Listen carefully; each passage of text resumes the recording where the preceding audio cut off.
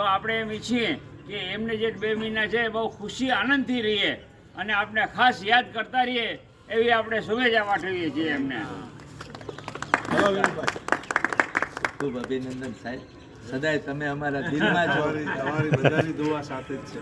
એકલવ્યની જેમ અમે તમારું રોજ ત્યાં સામે ચિત્ર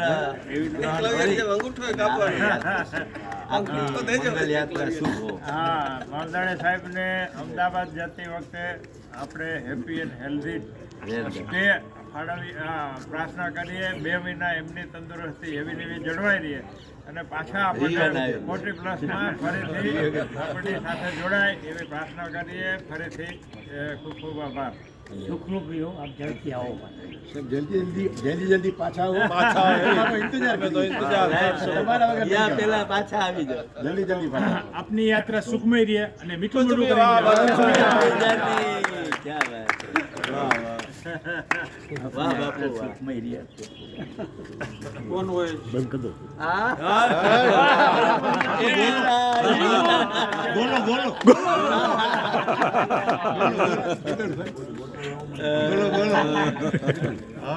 અમારા CTO Safari Salama. Safari Salama. Yes, thank you. Wish you best wishes અને જલ્દી પાછા આવો. યસ, મકવાણાભાઈ. Wish you a happy journey and wish you a happy hold there. Wish you very happy stay at Ahmedabad for 2 months.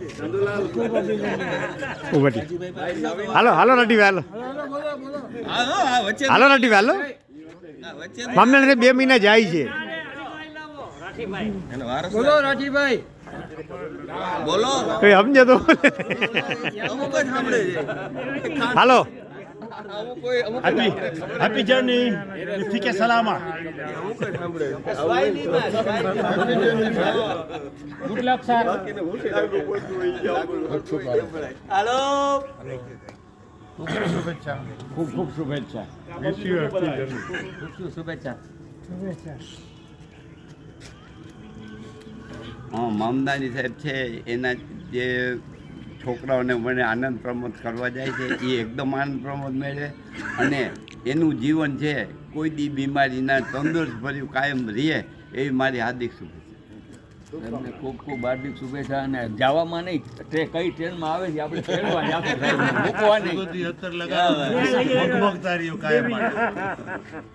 સાહેબને ખૂબ ખૂબ અભિવાદન કરી છે. એમાં અમે તો ખાસ યાદ કરશું કારણ કે સવારમાં અમે 3 જણા હોય ને સાહેબ આવે એટલે અમે કસરત ચાલુ થઈ એટલે અમને તો એ તમને તમારી ખોટ બહુ સારી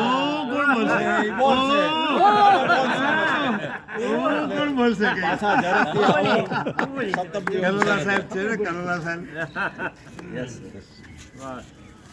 अभिनंदन साहब ने आपने और जल्दी से जल्दी आ 2 महीने से पहले आ जाने का आपको. चलो डाल दो साहब.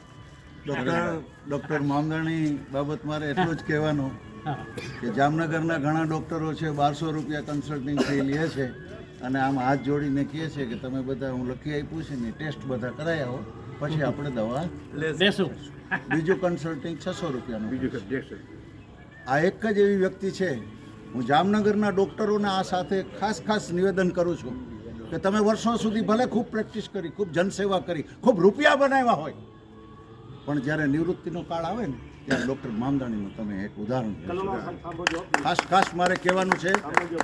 24 × 7 આવી સંજીવનીની ઘણી એપ્લિકેશનો હશે પણ વ્યસ્ત છે. પણ ડૉક્ટર મામદાણીને ફોન કરીને કોઈક વાર પૂછી જજો એ કોઈ દિવસ વ્યસ્ત ન હોય તો એવો હોય તમારો ચોક્કસ ઇમિડિયેટલી કહેશે શું છે તકલીફ. મારા તો અનુભવોની સાથે કે જે લંડનની અંદર એક જનરલ પ્રેક્ટિશનરને ફોન કરવા માટે, એપોઇન્ટમેન્ટ કરવા માટે, તબિયત જોવા માટે જ્યારે એપોઇન્ટમેન્ટ માગવી પડે એ મારો જમાઈ, મારી દીકરી, મારો સન આ બધા કોરોનામાં હતા ને જ્યારે એમની એડવાઇસ લીધી ત્યારે એમણે કેવી રીતે પર્ટિક્યુલરલી સાંજે મને રિપોર્ટ જોઈએ જલપા તે કેટલી વાર તારા કોગળા કર્યા, કેટલી વાર શું કર્યું. આ એક મોનિટરિંગ રિપોર્ટ અહીંયા બેઠા વિદેશના આપણા બાળકોની જે સેવાની રાહ જોઈ રહી છે, જે એનું ખાસ હેલ્થ જોઈ રહ્યા છે એવા ડૉક્ટર મામદાણી તમારી ખૂબ 40+ સેવાની જરૂર છે. જામનગર તમને ઝંખી રહ્યું છે. તમે ભલે ચોક્કસ આપણું ભાઈ ધરતીનો છેડો ઘર છે, જ્યાં બાળકો હોય જ્યાં પોતાને જે એક પ્રકારનું વ્યાજ બનાવ્યું હોય એવા દોયત્રા હોય પોયત્રા હોય ત્યાં તો જવાનું દરેકને મન થાય. એટલે એમની યાત્રા શુભ રહે, આનંદ કિલોલ કરે અને એકાદ પોતરાઓ સાથે ને દોતરાઓ સાથે જલસા કરતા હોય, એકાદ બે ખોટાઓ મોકલે ત્યારે સિનિયર સિટીઝનોને વડીલોને ખબર પડે કે આ રીતે જીવન ગણાય છે. All the best to you, wish you very happy journey, wish you very happy. Doctor Mamdani સાહેબને આપણે વિનંતી કરશું કે પોતાનો પ્રતિભાવ આપે. મિત્રો, વડીલો, ભાઈઓ, જવાનું આવવાનું ફરવાનું હરવાનું તો બધાને ચાલતું જ હોય છે, પણ મારા થોડાક શબ્દો યાદ રાખો. તંદુરસ્તી જાળવો એના માટે નિયમિત રીતે સવારે તમે ઉઠો તો છો જ, તો વહેલા આવી અને કસરતમાં 6:30 વાગે જોડાઈ જાઓ. 6:45 ને 7 વાગે આવો છો એના બદલે. બીજું, કસરતમાં જોડાવા સાથે જે કસરત કરો છો એ દિલથી કરો, પ્રેમથી કરો. તમારા શરીર માટે ખાસ સમય તમે 45 મિનિટ ફાળવો છો, એનો પૂરેપૂરો ઉપયોગ કરો. ખાલી ફોન ખાતર આવવાનું ને હાથ હલાવવા ખાતર આવવું એમ ના આવો, પણ અમે કસરત કરશો તો તમારા શરીરને જરૂર ફાયદો થશે. એમના જ્વલંત ઉદાહરણ આપણી પાસે છે. ગાંધીભાઈ આવ્યા છે, ગાંધીભાઈ એ આવ્યા ત્યારે એની શું પરિસ્થિતિ હતી અને અત્યારે તમે પરિસ્થિતિ જુઓ તો આ 82 વર્ષની ઉંમરે સરસ મજાની કસરત કરે છે અને આપણા બધા પ્રોગ્રામમાં પાર્ટિસિપેટ કરે, ઇવન પ્રવાસમાં પણ જાય છે. એટલે સુધી એમણે આપણી 40+ એડવાન્ટેજ લીધો અને એને ખૂબ હવે એને આ ઉંમરે એડવાન્ટેજ મળતો હોય તો બીજા બધાને એડવાન્ટેજ કેમ ન મળે? કારણ કે કાર્ય તો યુનિફોર્મ છે, બધાને મળે છે, તો એ બધાનો આનંદ તમે લ્યો. આ તંદુરસ્તીની વાત થાય, આ તનની વાત થાય, પણ સાથે સાથે મનની તંદુરસ્તી પણ આપણે બહુ ઇમ્પોર્ટન્ટ છે. હમણાં સવારે વાત કરી એ રીતે બહુ સ્વાભાવિક રીતે, બહુ જ સહજતાથી બધા સાથે એકદમ મિત્રતા તેની રહેવો. કદાચ કોઈ વખતે મતભેદ થાય કે મનભેદ થાય, પણ આત્માની અંદર જુદાઈ નહીં રાખવાની, તરત જ ભૂલી જવાનું અને ઇમિડિયેટલી બને ત્યાં સુધી બનતી વહેલી તરીકે ઓન ધ સ્પોટ સોરી બોલી દેવાનું, માફી માંગી લેવાની. બહુ મજા છે માફી માંગવામાં. માફી માંગનારો હંમેશા ઊંચો જ હોય છે અને હંમેશા ગુસ્સો ના કરો. ગુસ્સો કરશો ને તમારું માઇન્ડ એકદમ અપસેટ રહેશે, ભૂલી જાઓ. માનો કે કોઈએ તમને ધુંબો માર્યો, અને ધુંબો માર્યો મીન્સ કે પૈસા ટકામાં આપણને છેતરા કે એવું કંઈ કર્યું, તો એમ માનવાનું કે એના નસીબના હશે.